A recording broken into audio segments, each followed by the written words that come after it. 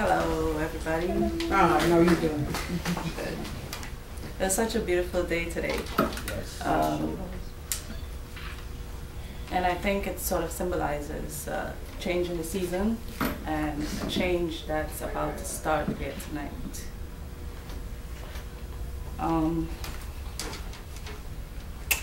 Forgive me if I sound a bit shaky. I'm a little nervous.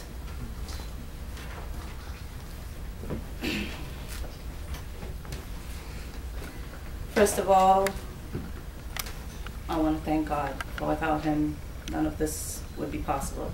And I know you always hear that, you always hear people say that, but for me, it is the absolute truth.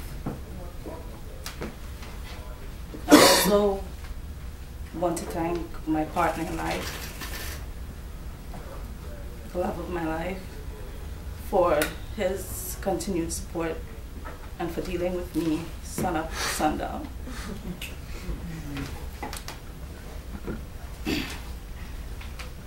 I really don't know any other person that possesses the compassion that resides within him.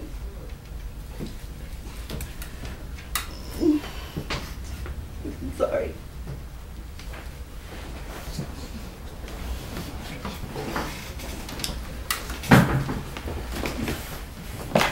I must also say,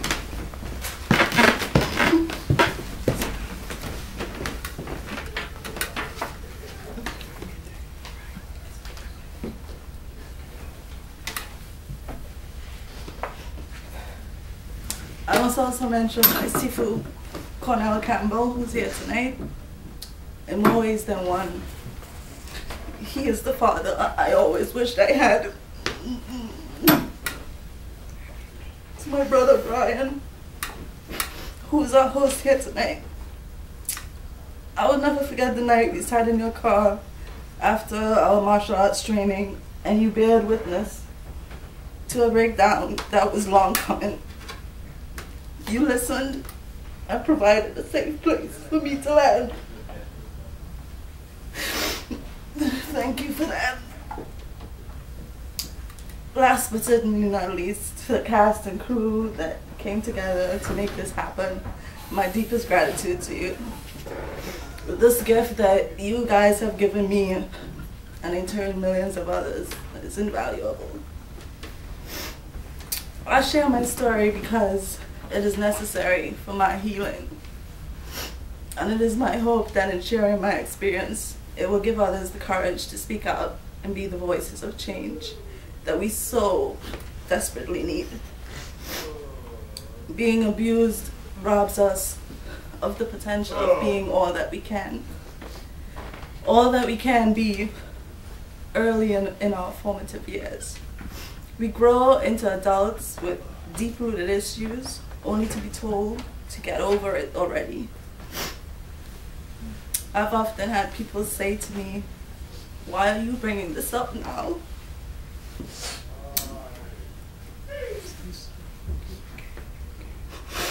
I have an answer for those people.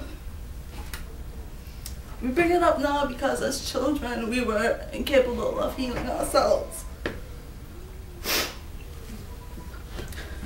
We were incapable of healing this pain. And if and when we looked to you for help, we were shut down. So it's up to us now to fix this. This project was born out of pain and the determination to shine such a bright light on this issue that it compels you to take up the challenge and take the necessary steps to protect our future, our kids. The only way to begin to heal, I discovered, was to speak my truth. We are breaking this cycle. Because hurt people hurt people. We've had enough hurt, and it's time to heal. Every second of every day, for the past month, I've been thinking of this night, what it means and the significant courage it represents. Today's special because it's the beginning of a journey that's long overdue. Tonight, I want us to ask ourselves some tough questions. Do you trust yourself enough to know that you will do the right thing. And if you have any doubt, then ask yourself, what are you afraid of? Are you willing to do more than just sit on the sidelines? A sexual predator will seek out as many possible victims along their path. It's never just one child. It is estimated that 90% of the time, a predator is either a family member or a close friend, or a close friend to the family. Child sexual abuse has become such a frequent occurrence that it appears as though it's either being passively accepted or deliberately overlooked. We have to change this. Our children deserve better. Once we understand that it should make sense why speaking out is one of the most important things a person can do, it can save a life. It can stop current abuse. When we do not take action in order to protect our children when wrong is done to them, we violate them a second time. It adds to the trauma of being abused. When a mother chooses a relationship or financial gain over protecting her child, it's an indication of a sick society. When families consciously decide to stay silent for fear of shame and embarrassment, it's also an unconscious decision to protect the abuser instead of the child. You violate us again. Pretending that the problem doesn't exist doesn't make it go away. It just means you're in denial. When are we going to step up to the plate and say enough is enough?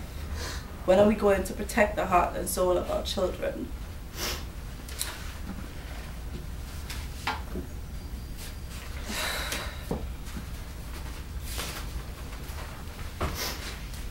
Thank you all for being here tonight. Trust me when I say I do not take your presence for granted. From the depths of my heart, I'm grateful for your support. It doesn't end here. May what you see here tonight inspire you to raise your own voice along your journey, and may your voice be a sweet, sweet song in the ears of those seeking strength where their own have faltered. Thank you.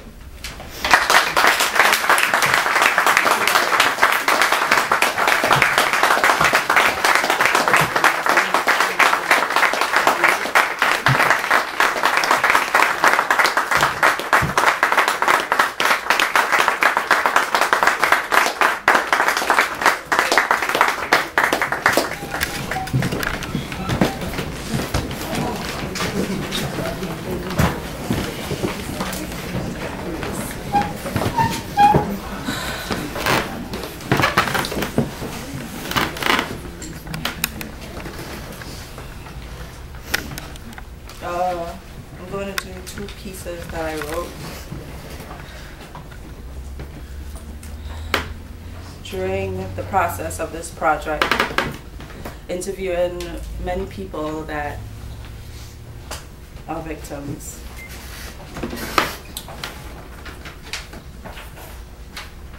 It got me really angry, and I decided to use that anger to do a good thing.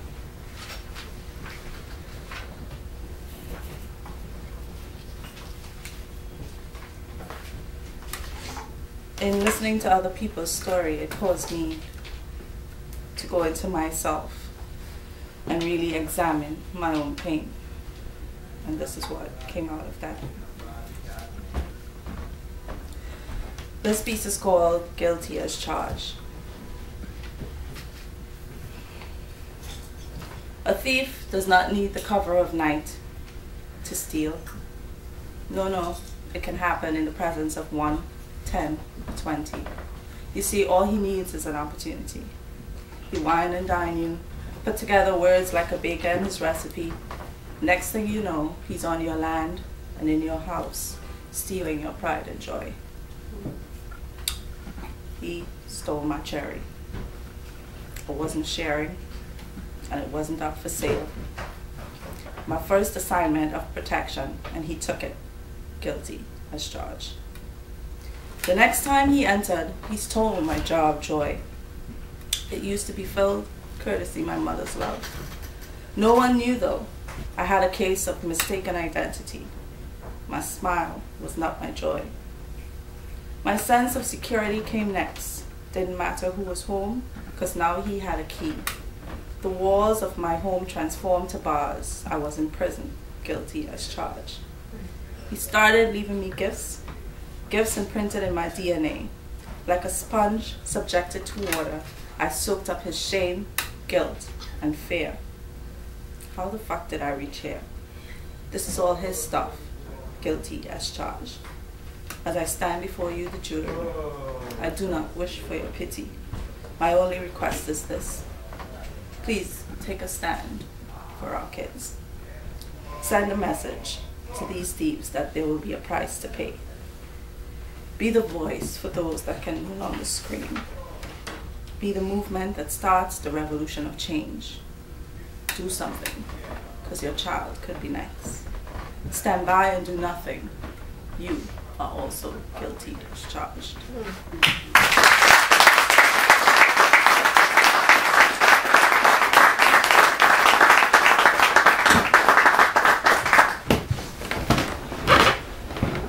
This next piece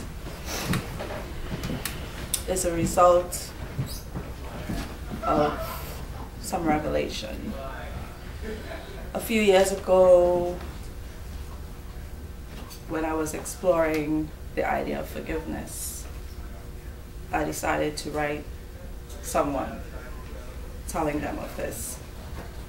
And that someone was my sister. And I shared with her for the first time my experiences of being abused.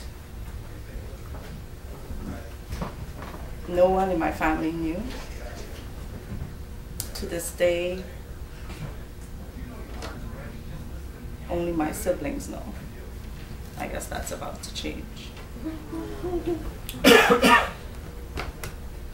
After receiving the letter, my sister contacted me and revealed that she was also abused by the same person.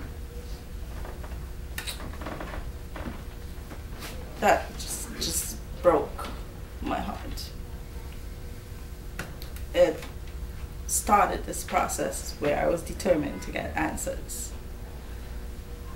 I went as far as confronting one of my abusers, the same one that abused the both of us. Within that conversation, he revealed that he also abused my older sister as well, and was very cocky about it. My older sister is now passed, so she's not here to speak for herself.